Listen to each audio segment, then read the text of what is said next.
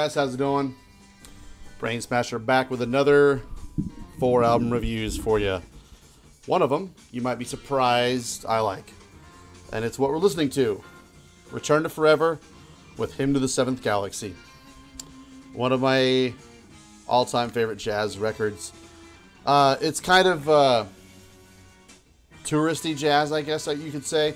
A lot of people consider Return to Forever and maybe not the most pure jazz band because they're more of a jazz rock kind of band. They have a lot of like 70s kind of funk influences, so they aren't definitely the most watered down version or incarnation of a jazz band for their time. But you know, there's some huge jazz players have been in and out of this band. This album has Chick Corea on piano, and that dude is mind-bogglingly talented. Stanley Clarke on bass, Bill Connor on guitar, and Lenny White, who is a fucking shredder of a drummer, playing all over this thing. It's kind of nice background music. It'll kind of like pull your attention in, and you'll be like, this part fucking rules. And then you can kind of go back to doing what you're doing. It's one of the first jazz records I ever, that ever caught my attention. So it's really special to me, and a lot of Return to Forever albums are fucking awesome. So if you're looking for some sort of jazz record that isn't really as boring or maybe straight-laced or what have you as some of the stuff that a lot of people are into, or if you're looking for kind of a gateway into jazz, I highly recommend all of Return to Forever's albums. They've got about 6 or 7 or 8 or whatever. But let's get to the metal, I guess. That's kind of what we're here for, right? I've got 4 albums, a couple of recent acquisitions, whatnot. So I got in a package from my buddy Tommy Nagarufa from Sweden. We'll be talking about his demo from his band Malakim in a video shortly. So he sent me some promo materials from Black Lion Records. And that really interested me because I had been wanting to get a copy of this Hyperion album, Seraphical Euphony, for quite a while. This album came into my radar back when it came out, 2016, I want to say. And if you're not familiar with Hyperion, definitely check out the link below. This stuff is goddamn awesome. So there's been a lot of bands since Dissection were around, and since the Storm of the Lights Bane era, bands that sound a lot like Dissection and have taken that idea off on a bunch of other paths or what have you. But so far, I have never heard anyone take that Storm of the Lights Bane template for amazing blackened death metal and go with it and do such a great job of just owning that style, giving their own spin on it, but not taking it really too far away from the tree. So this, I mean, if you're into Storm of the Lights Bane by Dissection, and if you're not, get the fuck off my channel. But this record is so goddamn good and essential as a compendium or side piece, tribute to Storm of the Lights Bane by Dissection. One of my absolute favorite records. So Hyperion, the Seraphical Euphony, is fucking great. It's kind of like, you know, I never liked that Re in Chaos album, the post-Jail album, so I kind of felt like I never got what I waited all those years for him to get out of jail for. And this kind of feels like maybe a little bit of what could have been. I don't know. But Hyperion, definitely a band to keep an eye on. And I think their guitar player has another project called Mists of Misery, which I also got a promo of from Black Lion Records. So going to be listening to that some more and giving a review of that as well. Also got in this the other day. This is Fauna, and you're probably not going to be able to see this very well. Black print on black paper. Looks really nice in person, but as far as showing it up on video, it's really not going to show up. But this is their second of 3. I cannot do that with this hand. Albums. Not really a fan of their first one. It's kind of elementary, really learning their footing. And this one is not quite as elementary. It's not quite as novice. And it's really good. I really want to get a copy of their third record, Fauna, but kind of having a hard time finding one for a decent price. So The printing on this is kind of really hard to read, and so I'm not sure. I think Aurora Borealis put this out, and I'm not even going to guess on the year. It's not quite 10 years old yet, but maybe between like 5 and 8 years old or something. Comes with a cool little booklet with some song titles and lyrics and stuff like that. But it's definitely just the perfect example of Cascadian black metal.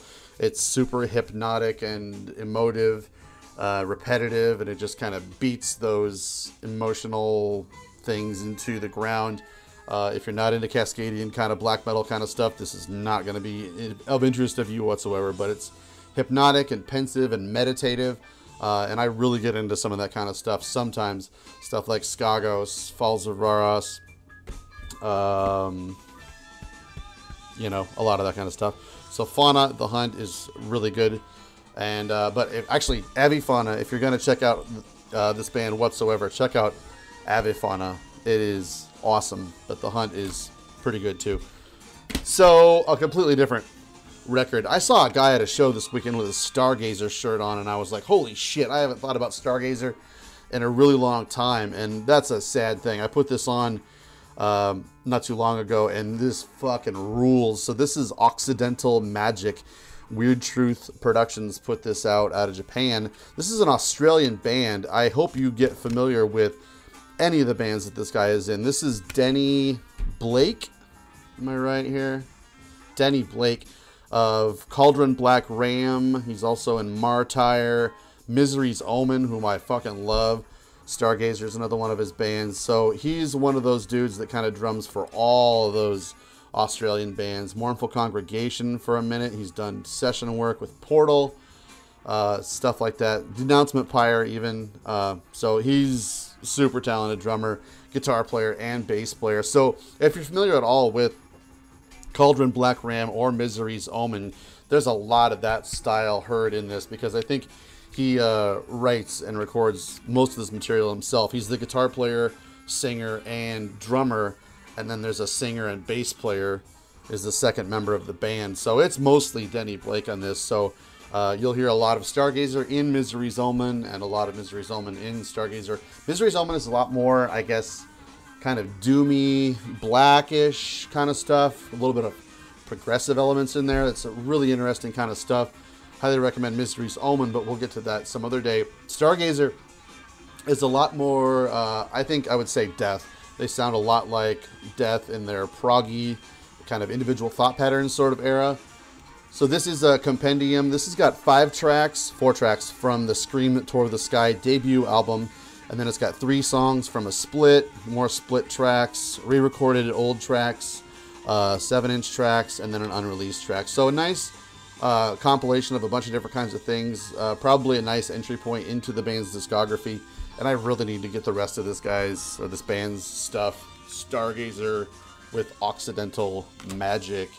And last but not least, I don't know what to tell you about this. So this is Golden Dawn with Masquerade.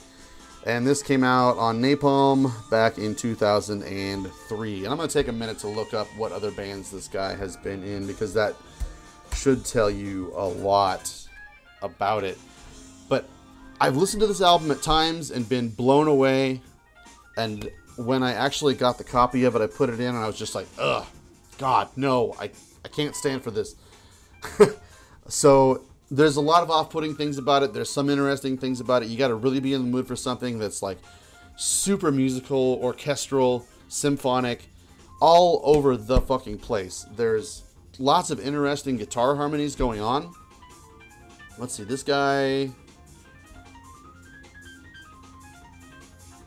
is also in, well, there's 4 members, but I think the main guy, Dreamlord, who is the vocalist, guitar player, and keyboard player, also in Raunacht, which is a great band. He's also in Stumperkt, and Wallachia, the Norwegian band, I guess. But I'm trying to think of where you would know him best from. He's from Austria, so he's been in a lot of those kind of bands. He's been kind of all over the place. Anyways, yeah, this is kind of like blackened power metal. It's kind of like symphonic black metal. It's kind of all over the place. There's lots of different stuff going on here. And there's a lot of great ideas, but sometimes just the execution of it is just super off-putting and strange. But it's a challenging listen. It's really unique, but not for everyone for sure. And I don't even know if maybe this is maybe not their best record. But there's this certain riff, and I'll try and put the song down below. I think it's in track, might have been the first track, maybe the second track or so, where there's this guitar harmony going over another guitar harmony. It's fucking brilliant.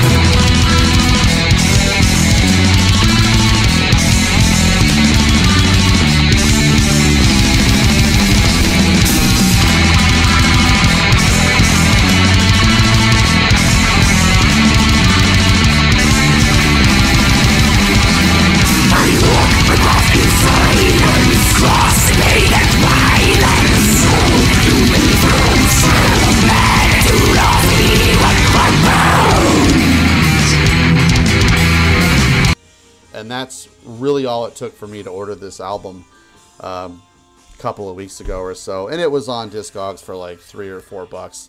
Digipack version with an extra track on it. It's got a booklet.